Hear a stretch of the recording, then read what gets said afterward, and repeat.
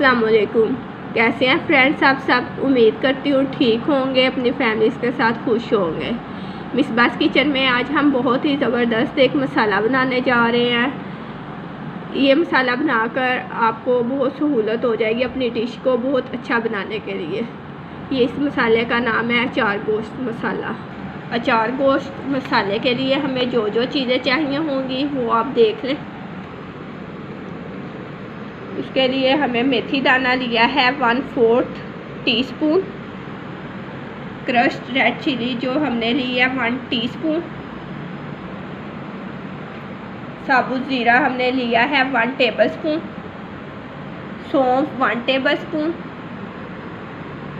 खटाई पाउडर है ये 1 टीस्पून चाहिए हमें,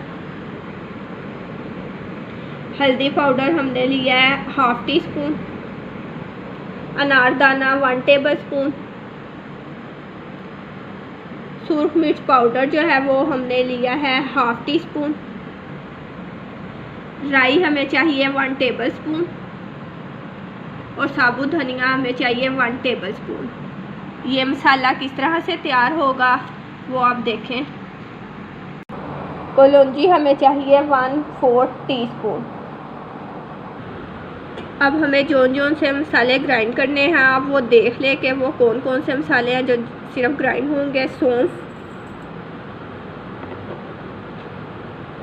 मेथी दाना, ज़ीरा, धनिया, राई,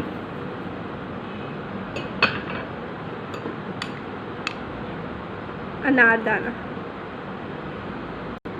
इन तमाम मसालों को हम ग्राइंड करेंगे और इन्हें हमने बहुत ज़्यादा बारीक नहीं करना, मोटा मोटा रखना।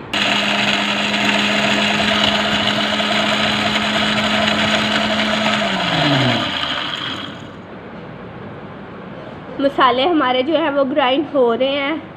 मेरे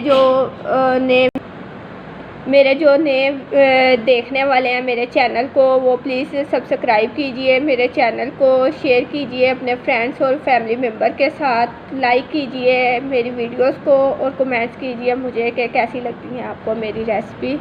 हम अब मसाले को 1 मिनट के लिए मज़ीद ग्राइंड कर लेंगे।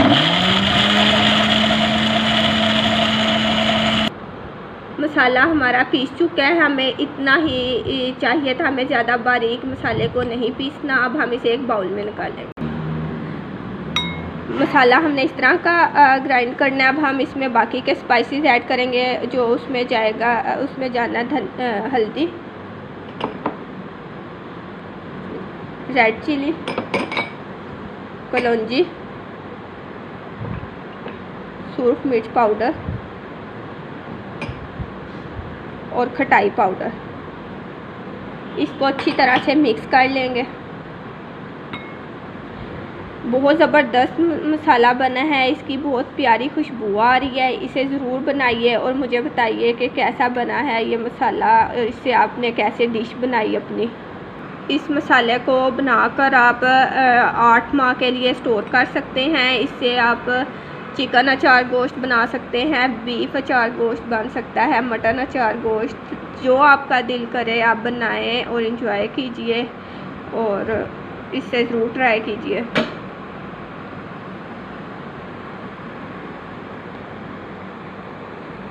मेरी वीडियोस को ऐसे ही देखते रहिए। अल्लाह हाफिज़।